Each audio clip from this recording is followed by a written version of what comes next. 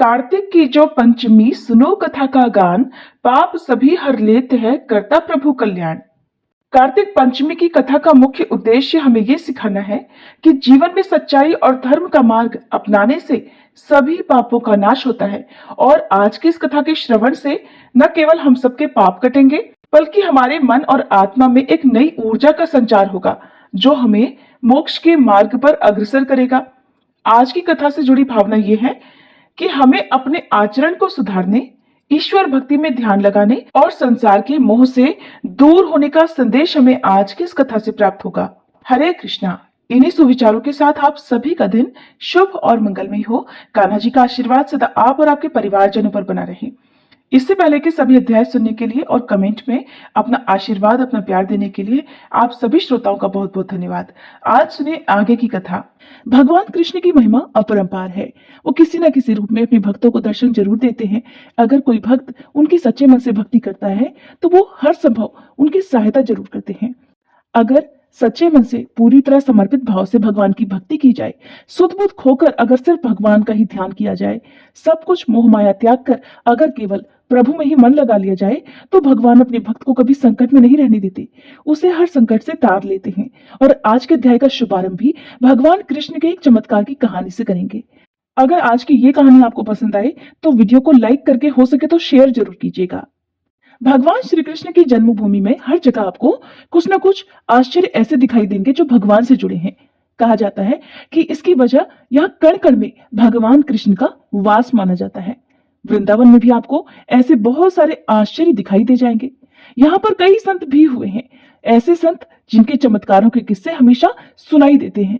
आज भी अनेकों संत वहां पर हैं, जिनके आश्चर्यजनक चमत्कारों को यहाँ आने वाले श्रद्धालु अक्सर देखा करते हैं। ऐसे ही एक चमत्कार है पागल बाबा का मंदिर और उसके पागल बाबा। पागल बाबा और उनके इस मंदिर के निर्माण की कहानी बहुत ही दिलचस्प है, आप सभी को जरूर सुननी चाहिए। पागल बाबा मंदिर मथुरा वृंदावन मार्ग पर स्थित है। इसके बारे में एक कथा जनमानस में आज भी बहुत प्रचलित है। इसके अनुसार एक गरीब कृष्ण भक्त ब्राह्मण दिन भर ठाकुर जी का नाम जपा करता था। उसके पास जो कुछ भी था, या यूं कहे कि जितना कुछ भी रूखा सूखा उसे मांगकर खाने को मिलता, वो उसे भगवान की मर्जी समझकर खुशी खुशी खा लेता और अपना जीवन बिता रहा था। एक बार उसे कुछ पैसों की आवश्यकता पड़ी तो किसी साहूकार से वह पैसे लेने के लिए गया। साहूकार ने उसे पैसे देते हुए कहा कि उसे ये पैसे जल्दी ही वापस करने होंगे। उसकी बात मानकर वह पैसे लेकर घर आ गया। अब वह ब्राह्मण हर महीने नियम से किस्त का हिसाब करके साहूकार के पैसे लौटाने जाता था। आखिरी किस्त के थोड़े दिन पहले ही साहूकार ने वसूली का एक पत्र उसके घर भिजवा दिया। ये देखकर ब्राह्मण बहुत परेशान हुआ और साहूकार से विनय करने लगा, लेकिन साहूकार नहीं माना। मामला अदालत में पहुंच गया। जज साहब अदालत में बैठे हुए थे। ब्राह्मण ने जज साहब से अनुरोध करते हुए कहा कि जज साहब, एक किस्त के अलावा उसने साहूकार का सारा कर्ज अदा कर दिया है और ये साहूकार झूठ बोल रहा है। मैंने तो हर महीने नियम से हिसाब करके किस्त चुकाई है। ये सुनकर साहूकार ने क्रोधित होकर दलील दी कि उसने कोई गलत व्यवहार नहीं किया है। जिस किसी के भी सामने इस आरोपी ने धन लौटाया हो, उसे अदालत में पेश किया जाना चाहिए। इतना सुनकर ब्राह्मण सोच में पड़ गया, क्योंकि साहूकार को जब जब धन लौटाया गया तब उसका कोई भी गवाह आसपास नहीं होता था। इस बारे में बहुत सोचते हुए ब्राह्मण को अंत में अपने भगवान की याद आई और गवाह के रूप में उसने भगवान कृष्ण का नाम ले लिया।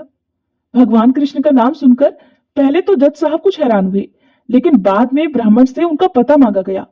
ब्राह्मण के कहने पर एक नोटिस बांके बिहारी के मंदिर में भेजा गया, क्योंकि जब अदालत में गवाही देनी होती है तब नोटिस मिलने पर गवाह को अदालत में उपस्थित होना ही पड़ता है। अब पेशी की अगली तारीख पर एक बूढ़ा आदमी कोर्ट में पेश हुआ और ब्राह्मण की तरफ से गवाही देते हुए कहने लगा कि जब ब्राह्मण साहूकार के पैसे लौटाता था तब मैं उसके साथ ही हुआ करता था। बूढ़े आदमी ने रकम वापस करने की हर तारीख को कोर्ट में मुंह जवानी बता दिया, जैसे उसे सब कुछ एक एक तारीख के हिसाब से याद हो।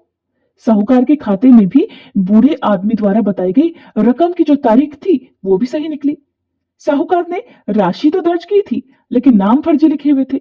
इसके आधार पर जज ने ब्राह्मण को निर्दोष साबित कर दिया। लेकिन जज साहब अब तक हैरान थे कि इतना बूढ़ा आदमी इतनी सारी तारीखें भला कैसे याद रख सकता है। जज साहब ने उसके बारे में जब ब्राह्मण से पूछा कि ये बूढ़ा आदमी कौन है, तो ब्राह्मण ने उत्तर दिया कि ये सब जगह रहता है। लोग उन्हें श्याम, कान्हा, कृष्ण आदि नामों से जानते हैं। इसके बाद जज साहब ने फिर से ब्राह्मण से पूछा कि बताओ वो बूढ़ा आदमी कौन था। फिर ब्राह्मण ने कहा सच में उसे नहीं पता कि वो कौन थे। जज साहब को इस बात से बड़ी हैरानी हुई। उनके मन में सवाल पर सवाल आ रहे थे कि आखिरकार वो आदमी कौन था। इसी पहेली को सुलझाने के लिए जज साहब स्वयं अगले दिन बांके बिहारी के मंदिर में पहुंच गए, क्योंकि ब्राह्मण ने जब गवाही का वह पता दिया था तो उसमें यही पता उपस्थित था।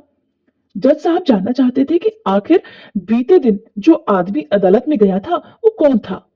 मंदिर के पुजारी से जब जज साहब ने पूछा और सारे घटनाक्रम की जानकारी दी और बात की, तो पुजारी जी ने बताया कि जो भी चिट्ठी पत्र यहाँ आती है उसे भगवान के चरणों में रख दिया जाता है। जज साहब ने उस बूढ़े आदमी के बारे में भी पूछा, लेकिन पुजारी जी ने कहा ऐसा तो कोई भी आदमी यहाँ नहीं रहता। ये सब बातें सुनने के बाद जज साहब को लगा कि हो न हो वे साक्षात श्री कृष्ण ही रहे होंगे। इस घटना का जज पर इतना असर पड़ा कि अपने आप को धन्य मानते हुए उन्होंने अपने पद से ही इस्तीफा दे दिया और घर परिवार भी छोड़ दिया और स्वयं एक संत बन गए, भगवान कृष्ण की भक्ति में रम गए। स्थानीय लोगों का मानना है कि बहुत सालों बाद वह जज पागल बाबा के नाम से वृंदावन में वापस लौटे और उन्होंने पागल बाबा मंदिर का निर्माण कराया। तब से ये मंदिर पागल बाबा मंदिर के नाम से प्रसिद्ध है। इस मंदिर के निर्माण के बारे में एक और प्रचलित मान्यता है कि जब जज साहब को पता लगा कि उनके सामने साक्षात श्री कृष्ण ही अदालत में पेश हुए हैं, तब से वह श्री कृष्ण को ढूंढने के लिए इतने अधीर, इतने बेचैन हो गए थे कि अपनी सुध बुध खो बैठे थे। इस घटना ने उन्हें इतना बेचैन कर दिया था, इतना व्याकुल कर दिया था कि वह पागल से हो गए थे। इसके बाद वह जिस किसी भंडारे में जाते, वहां से पत्तलों की जूठन उठाते और उसमें से आधा जूठन ठाकुर जी को अर्पित करते और आधा खुद खा जाते थे। उन्हें ऐसा करते देख लोग उनके विरुद्ध हो गए। लोगों ने उन्हें मारना पीटना भी शुरू कर दिया, लेकिन वह अपनी सुध बुध खोकर हर दिन भंडारों का जूठन खुद खाते और भगवान को भी खिलाते रहते थे। हार कर लोगों ने उन्हें पागल के रूप में मान लिया और धीरे धीरे उनका नाम ही पागल बाबा पड़ गया। कहा जाता है कि उनसे परेशान होकर लोगों ने एक बार उनके खिलाफ एक योजना बनाई, जिसके अनुसार लोगों ने भंडारे में अपनी पत्तलों में से कुछ भी नहीं छोड़ा ताकि वह ठाकुर जी को जूठन ही ना खिला सके। लेकिन पागल बाबा तो आखिर पागल बाबा ठहरे। उन्होंने वो सारी पत्तलों में से पोंछ पोंछ कर जितनी भी जूठन हो पाई उन सब का एक निवाला बना लिया और अपने मुंह में डाल लिया। लेकिन इस आपाधापी में इस बार वे ठाकुर जी को भोग लगाना भूल गए। इस बात का एहसास होते ही बिना ठाकुर जी को भोग लगाए ही वे निवाला मुंह में रख गए हैं, तो उन्होंने अपने मुंह का जो निवाला था वो गले के नीचे जाने ही नहीं दिया। उन्हें लगा कि अगर वो पहले खा लेंगे तो ठाकुर जी का अपमान हो जाएगा और अगर ये निवाला बाहर थूक दिया तो अन्न का अपमान हो जाएगा। अब वह निवाला मुंह में लेकर ठाकुर जी के चरणों का ध्यान करने लगे। तभी अचानक से बाल गोपाल एक सुंदर से लड़के के रूप में पागल बाबा यानी जज साहब के पास आया और बोला, क्यों आज मेरा भोजन खा गए? ये सुनकर जज साहब की आंखें आंसुओं से भर गई और बोले, ठाकुर जी बहुत बड़ी भूल हो गई है, माफ कर दो। ठाकुर जी ने भी मुस्कुराते हुए कहा कि आज तक तुमने मुझे लोगों का जूठा खिलाया है, किंतु आज अपना ही जूठा खिला दो। जज साहब की आंखों से आंसू रुकने का नाम ही नहीं ले रहे थे। कहते हैं कि इस घटना के बाद से जो पागल बाबा थे उनको मानने वाले लोगों की संख्या बढ़ने लगी। इसके बाद बाबा ने एक विशाल मंदिर की प्रस्थापना का प्रण लिया और विशाल भंडारे का आयोजन किया। अपार जन समूह उमड़ा, लेकिन बाबा का भंडार खाली होने का नाम ही नहीं ले रहा था। बाबा ने मंदिर में एक विशाल रसोई बनवाई और मंदिर के नीचे विशाल भंडार घर बनवाया। उसी समय आयकर विभाग ने छापा मारा कि इतना अनाज और भंडारे का सामान कहां से आ रहा है। बाबा का चमत्कार तब भी हुआ जब पूरी टीम भंडार घर में घुसी तो उसे वहां कुछ भी नजर नहीं आया और वे आश्चर्यचकित हो गए कि जब यहाँ कोई सामान ही नहीं है तो इतना विशाल भंडारा कैसे चल रहा है। हैरान परेशान होकर आयकर के अधिकारी वहां से चले गए। पागल बाबा को समर्पित यह विशाल मंदिर आज भी वृंदावन में मौजूद है। कहा जाता है कि यहाँ से कोई भी भक्त खाली हाथ नहीं जाता। यहाँ भक्तों की हर मनोकामना पागल बाबा और उनके कन्हैया जी जरूर सुनते हैं। तो कैसी लगी आपको आज की ये कहानी? अब सुनिए आगे का अध्याय। और आज के अध्याय के अंत में भी आप श्री तुलसी चालीसा पाठ और तुलसी माता की आरती सुनेंगे, क्योंकि कार्तिक के महीने में हर दिन नियम से तुलसी चालीसा का पाठ और तुलसी माता की आरती गानी चाहिए।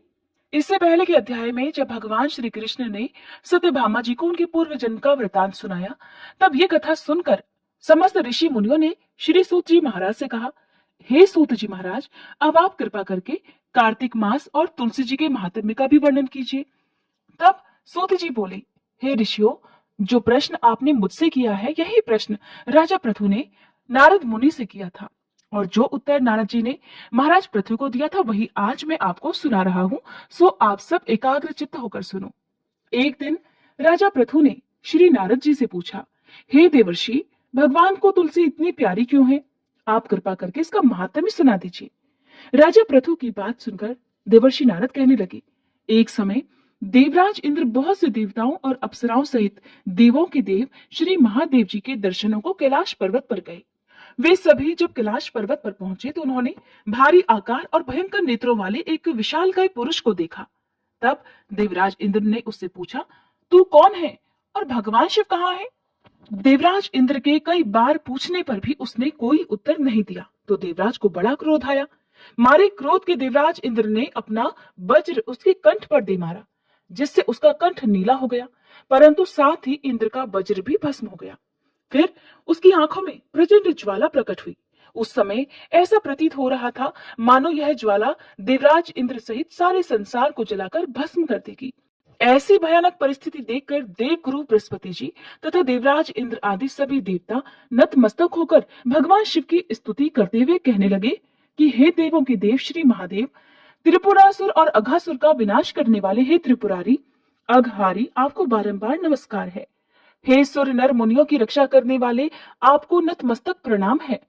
देवर्षि नारद ने कहा, हे राजा पृथु, इस प्रकार देवताओं की स्तुति सुनकर श्री महादेव जी ने समस्त ब्रह्मांड को भस्म कर देने वाली अग्नि को शांत कर दिया और कहने लगे, हे देवतागणों, मैं आप सबकी स्तुति सुनकर अत्यंत प्रसन्न हूँ, सो आप सब कोई वर मांगिए।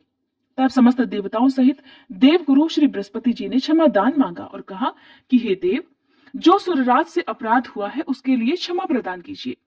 श्री बृहस्पति जी की स्तुति सुनकर पुनः देवाधिदेव श्री महादेव जी कहने लगे, मैंने इंद्र का अपराध क्षमा कर दिया और जीवन दान भी दे दिया। हे बृहस्पति जी, आज से आपका नाम भी अमर होगा।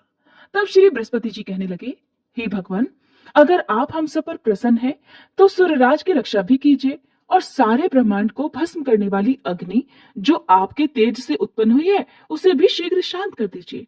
भगवान शंकर कहने लगे, मेरे नेत्रों से निकला हुआ ज्वाला रूपी तेज अब वापस कैसे हो सकेगा, इसलिए अब हम इसे कहीं दूर फेंक देते हैं। ऐसा कहकर भगवान भूतेश्वर ने उस अग्नि को समुद्र में फेंक दिया। तब वह अग्नि गंगा के संगम पर गंगा सागर में जा गिरी और एक बालक का रूप धारण करके रोने लगी। उसके रोने की आवाज से पृथ्वी कंपायमान हो गई, सप्तद्वीप बहरे हो गए। ऐसा घोर आश्चर्य देखकर, समुद्र की गोद में बालक को रोते हुए देखकर श्री ब्रह्मा जी बड़े आश्चर्य से पूछने लगे, ये किसका बालक है? समुद्र ने उस बालक को बड़े आदर से उठाकर ब्रह्मा जी की गोद में दे दिया और कहा कि ये मेरा पुत्र है जो गंगा से उत्पन्न हुआ है, अब आप इसका जात कर्म कराइए। उसी समय उस बालक ने ब्रह्मा जी की दाढ़ी पकड़कर बड़े जोर से मरोड़ दी, जिसके मरोड़ने से ब्रह्मा जी की आंखों में आंसू भर आए। तब किसी प्रकार से ब्रह्मा जी ने अपनी दाढ़ी छुड़ाई और कहा, इसने हमारी आंखों से जल निकाला है, इसलिए इसका नाम जलंधर होगा और यह शिव जी के अलावा संसार में और किसी के हाथ से नहीं मर पाएगा। इसका कारण यह है कि यह शिव जी के अंश से उत्पन्न हुआ है। यह सुनते ही वे बालक युवा हो गया। तब ब्रह्मा जी ने शुक्राचार्य जी को बुलाकर उसका राज्याभिषेक कराया और तब ब्रह्मा जी वहां से अंतर्ध्यान हो गए। सिंधु राज ने काल नेमी की पुत्री वृंदा के साथ जलंधर का विवाह करा दिया। वृंदा अति सुंदर थी और सारे ब्रह्मांड में प्रथम सती और पतिव्रता थी। परम सुंदर पत्नी पाकर जलंधर बहुत प्रसन्न हुआ, इसलिए आनंद से अब उसके दिन बीतने लगे। जब जब जलंधर घर में आता तो वृंदा स्वयं अपने हाथों से पंखा जलती, पाद्य, अर्घ्य और आचमन अर्पण करती। इस प्रकार वह अपने पति को नारायण समझकर उसकी सेवा किया करती थी। देवर्षि नारद बोले, हे राजन, अब मैं पतिव्रता स्त्रियों के कुछ लक्षण सुनाता हूँ। पतिव्रता स्त्री अपने पति के दुख में दुखी और पति के सुख में सुखी रहती है। पति के परदेश जाने पर विरह वेदना का अथाह दुख सहन करती है और पति के मर जाने पर पतिव्रता स्त्री पति के साथ सती हो जाती है। अपने पति के पाप पुण्य में आधे की भागीदार होती है, इसलिए स्त्री अर्धांगिनी कहलाती है। जो स्त्री अपने मृत पति के साथ शमशान भूमि तक जितने कदम उठाकर जाती है, उसका एक एक कदम पर एक एक यज्ञ का पुण्यफल प्राप्त होता है। ऐसी स्त्री अपने माता पिता और पति इन तीनों कुलों को पवित्र कर देती है। जिस प्रकार सपेरा सर्प को बिल से बाहर निकाल लेता है, ठीक उसी प्रकार पतिव्रता सती नारी अपने पति को नरक से निकाल लेती है। जलंधर की कथा पर वापस आते हुए देवर्षि नारद ने आगे कहा, हे राजा पृथु, देवताओं के भय से भयभीत होकर जो सब दैत्य पाताल लोक में भाग गए थे, वे जलंधर का अभय पाकर फिर से पृथ्वी पर आकर निर्भय घूमने लगे। उसी समय जलंधर ने राहु के कटे हुए सिर को देखा और उसने शुक्राचार्य जी से इसका रहस्य पूछा। तब उन्होंने समुद्र मंथन के समय देवताओं द्वारा अमृत को छले जाने का समस्त वृतांत उसे कह सुनाया। इस प्रकार अपने पिता का मंथन और देवताओं द्वारा दैत्यों का अपमान सुनकर जलंधर को बड़ा क्रोध आया। क्रोध में भरे हुए जलंधर ने घसमर नामक दूत को बुलवाया और देवताओं के पास भेजा। घसमर ने देवराज इंद्र की सभा में जाकर अभिमानवश न तो अपना मस्तक झुकाया और न नमस्कार किया, बल्कि गरज कर कहा कि दैत्यराज जलंधर ने जो कुछ कहला भेजा है वह सब कान खोल कर सुन लो। उन्होंने कहा है कि मेरे पिता समुद्र का मंथन करके जो 14 रत्न तुमने लिए हैं, उन पर तुम्हारा कोई अधिकार नहीं है। भला इसी में है कि वे रत्न तुम हमको वापस लौटा दो। दूत के ऐसे अभिमान पूर्ण शब्द सुनकर देवराज इंद्र भयभीत हो गए और विस्मय के साथ बोले कि समुद्र सदैव हमारे शत्रु दैत्यों की रक्षा करता है, इसलिए उसको हमने मत कर जो रतन लिए हैं उस पर दैत्यों का कोई अधिकार नहीं। दूत ने देवराज के ऐसे वचन सुनकर वापस लौटकर जलंधर को उत्तर सुना दिया। इसे सुनकर जलंधर को बहुत क्रोध आया और देवताओं को जीतने का उपाय वह सोचने लगा। उसने सभी दिशाओं में दूत भेजकर और पाताल में संदेश देकर समस्त दैत्यों को बुला लिया और शुंभ और निशुंभ को दैत्य दल का सेनापति बना दिया। उन्होंने दैत्य दल सहित नंदन वन में जाकर देवराज इंद्र की अमरावती पुरी को चारों ओर से घेर लिया। तब देवराज इंद्र की आज्ञा से देवता भी युद्ध करने के लिए तैयार होकर युद्ध के मैदान में आ डटे। अनेक प्रकार के शस्त्रों से दैत्यों और देवताओं में भीषण युद्ध आरंभ हो गया। दोनों पक्ष एक दूसरे को मार मार कर गिराने लगे। सब ओर रक्त की धारा बहने लगी। मरकर गिरे हुए हाथियों और घोड़ों से पृथ्वी भर गई। जो दैत्य समर भूमि में मर जाते थे, उन्हें शुक्राचार्य अपनी संजीवनी विद्या से जीवित करने लगे। उधर देवगुरु बृहस्पति भी द्रोणाचल पर्वत की दिव्य जड़ी बूटियों का प्रयोग करके देवताओं को दोबारा जीवित करने लगे। जब देवगुरु बृहस्पति द्वारा जड़ी बूटियों के प्रयोग से देवताओं को जीवित करने का समाचार दैत्यराज जलंधर ने सुना, तो उसने समस्त बलशाली दैत्यों को एकत्रित करके आज्ञा दी कि द्रोणाचल पर्वत उठाकर समुद्र में फेंक दो। जलंधर की आज्ञा पाते ही दैत्यों ने द्रोणाचल पर्वत उठाकर समुद्र में फेंक दिया और फिर घोर युद्ध आरंभ कर दिया। दोबारा प्रारंभ हुए युद्ध में बहुत से देवता मारे गए। तब देवगुरु बृहस्पति जी एक बार फिर संजीवनी बूटी लेने के लिए द्रोणाचल पर्वत पर गए। वहां पर पर्वत को न पाकर और देवताओं का संहार होते देखकर देवगुरु घबरा गए। इसके बाद जो कुछ भी हुआ उसका वृतांत आप आगे आने वाली वीडियो में सुनिएगा। अब सुनिए श्री तुलसी चालीसा पाठ और तुलसी माता की आरती। जय जय तुलसी भगवती सत्यवती सुखदानी, नमो नमो हरिप्रेसी श्री वृंदा गुणखानी। श्री हरिशीष विरजनी देहु अमर वर अम्ब, जनहित हे वृंदावनी अब न करहु विलंब। धन्य धन्य श्री तुलसी माता, महिमा अगम सदा श्रुति गाता। हरि के प्राण हूँ से तुम प्यारी, हर ही हेतु कीन्हु तप भारी। जब प्रसन्न है दर्शन दीन्हो, तब कर जोरी विनय उस कीन्हो। हे भगवंत कंत मम होहु, दीन जानि जानि छाड़हु छोहु। सुनी लक्ष्मी तुलसी की बानी, दीन हो श्राप कंध पर आनी। उस अयोग्य वर मांगन हारी, हो बिटप तुम जड़ तनुधारी। सुनि तुलसी ही श्रव्योत ही ठामा, करहु वास तुहु नीचन धामा। दियो वचन हरि तब तत्काला, सुनहु सुमुखि जानि होहु बिहाला। समय पाई व्यो रो पापी तोरा, पूजहि आस वचन सत मोरा। तब गोकुल मह गोप सुदामा, तासु भई तुलसी तो बामा। कृष्ण रास लीला के माही, राधे शक्यो प्रेम लखि नाही। दियो श्राप तुलसी तत्काला, नर लोकहि तुम जन्महु बाला। यो गोप वह दानव राजा, शंख चूर्ण नामक शिर ताजा। तुलसी भई तासु की नारी, परम सती गुण रूप अगारी। अस द्वै कल्प बीत जब गयहु, कल्प तृतीय जन्म तब भयहु। वृंदा नाम भयो तुलसी को, असुर जलंधर नाम पति को। कर अति द्वंद अतुल बल धामा, कीन्हा शंकर से संग्रामा। जब निज सैन्य सहित शिव हारे, मरहि न तब हर हर ही पुकारे। पतिव्रता वृंदाती नारी, को न सके पति ही संहारी। तब जलंधर ही भेष बनाई, वृंदा ढिग हरि पहुँचो जाई। शिव हित लहि करि कपट प्रसंगा, कियो सतीत्व धर्म तो ही भंगा। भयो जलंधर कर संहारा, सुनी उर शोक उपारा। तिहि क्षण दियो कपट हरि टारी, लखि वृंदा दुख गिरा उचारी। जलंधर जस हत्यो भीता, सोई रावण तस हरहि सीता। अस प्रस्तर सम हृदय तुम्हारा, धर्म खंडी मम पति संहारा। यही कारण लहि श्राप हमारा, होवे तनु पाषाण तुम्हारा। सुनि हरि तुरत ही वचन उचारे, दियो श्राप बिना विचारे। लख्यो ना निज कर दूत पति को, छलन चाहियो जब पार्वती को। जड़ मति तुह अस हो जड़ रूपा, जग में तुलसी बिटप अनूपा। भगव रूप हम शाली ग्रामा, नदी गंडकी बीच ललामा। जो तुलसी दल हम ही चढ़ई है, सब सुख भोग परम पद पई है।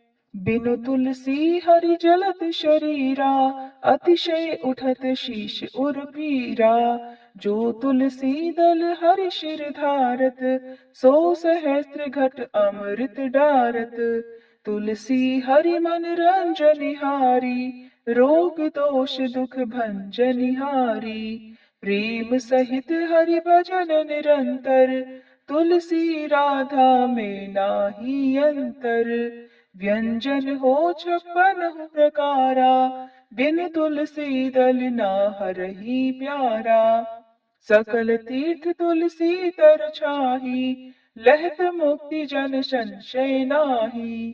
कवि सुंदर एक हरि गुण गावत, तुलसी निकट सहस गुण पावत।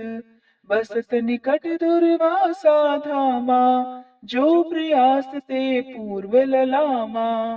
पाठ करहि जो नित नर नारी, हो ही सुख भाषहि त्रिपुरारी। तुलसी चालीसा पढ़ी तुलसी तरु गृहधारी, दीप दान करी पुत्र फल पावही बंध्यो नारी। सकल दुख दरिद्र हरिहार वह परम प्रसन्न, आशय धन जन लड़ही कर बसहि पूर्णा अत्र। लाही अभिमत फल जगत मह लाही पूर्ण सब काम, जेहि दल अर्पहि तुलसी तह सहस बसहि हरि राम। तुलसी महिमा नाम लख, तुलसी सूत सुख राम। मानस 40 रचो, जग मह तुलसीदास।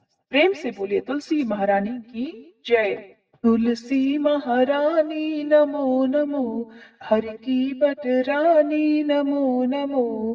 तुलसी महारानी नमो नमो, धन तुलसी पूरण तप कीनो। शालिग्राम बनी बट रानी नमो नमो। तुलसी महारानी नमो नमो, हर की बट रानी नमो नमो। जाके पत्र मंजरी कोमल, श्रीपति कमल चरण लपटानी नमो नमो। तुलसी महारानी नमो नमो। हरि की पटरानी नमो नमो। कौन महीने बोई रानी तुलसा, कौन महीने हुई हरियाली नमो नमो। तुलसी महारानी नमो नमो। हर की पटरानी नमो नमो।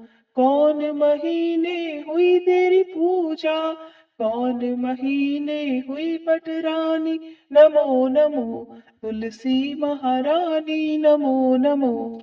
आषाढ़ मास में बोई रानी तुलसा, सावन महीने हुई हरियाली नमो नमो।